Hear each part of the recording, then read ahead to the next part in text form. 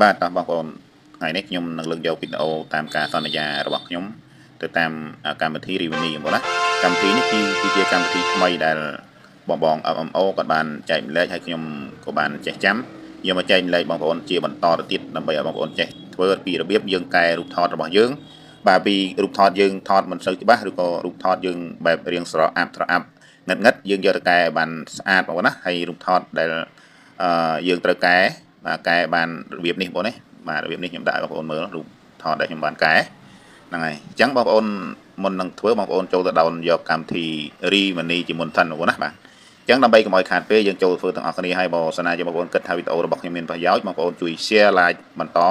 ចែកម្លែកដល់មិត្តភ័ក្តិឬក៏បងប្អូនទុកជាឯកសារបងប្អូនក្រែងបងប្អូនភ្លេចបងប្អូនចូលទៅមើលសារថ្មីម្ដងទៀតអញ្ចឹងយើងចូលទៅធ្វើទាំងអស់គ្នាបាទចូលទៅលើកម្មវិធី Reveni មកបាទបន្ទាប់មកយើងសំទោសម្ដងទៀតបាទចូល Reveni មកឬហើយចូលទៅយករូបថតណាដែលងឹតបងប្អូនណាចាំមើលខ្ញុំចូលទៅយករូបថតមួយដែលរៀងស្រអាប់បងប្អូនណារៀងស្អាតយើងយកចូលយកមកកែបាទចាំតិចបងណារូបថតយើងថតទៅជួនកាលទូរស័ព្ទរបស់យើងវាមានភាពស្រអាប់អញ្ចឹងវាអាចវាអត់ច្បាស់បងណាអញ្ចឹងយើងចុចលើរូបថតយកមកកែមករូបថតបែររៀងមិនទៅច្បាស់បងណាចុចពឹបមកបាទរួចហើយយើងចុចកន្លែងព្រួយបងណាពឹបសូមរងចាំបន្តិចបងណារងចាំបន្តិចវាសេវាវាមិនសូវដើរលឿនទៅខាងតំបន់ខ្ញុំបាទសូមរងចាំបន្តិច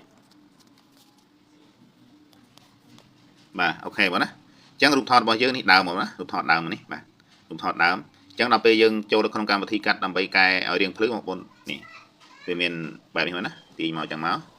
ទាញកាឡាមកចេះមកអូខេអញ្ចឹងបងប្អូនឃើញភ្លឺនេះបងប្អូនបាទខ្ចីញញបងប្អូនណាដូចយើងអាចរូបថតរបស់យើងកែទៅដូចជាក្មេងជាងវ័យបងប្អូនណាបាទក្មេងជាងវ័យអ្វីដែលយើងចង់បានគឺបានដោយបំណងបែបនេះបាទអាំងរួចហើយបងប្អូនចង់យករូបថតនេះមកប្រើប្រាស់បងប្អូនចុចខាងលើមកព្រួយបងប្អូនណាចុចព្រួយខាងលើមកបាទរូបថតយើងបានកែទៅស្អាតខ្ចីញញហើយអញ្ចឹងចុចយកមកប្រើប្រាស់ចុចខាងលើមកបាទរួចហើយចុចដានបាទអូខេអញ្ចឹងរូបថតរបស់យើងបានមកយើងយកមកប្រើប្រាស់បងប្អូនណានេះបាទរូបថតបែបនេះបាទពីរស្លឹកនេះបាទអរគុណច្រើនបងប្អូនសម្រាប់ការតាមដានវីដេអូរបស់ខ្ញុំរហូតដល់ចប់បាទជំរាបលាជួបគ្នានៅវីដេអូក្រោយទៀតអរគុណ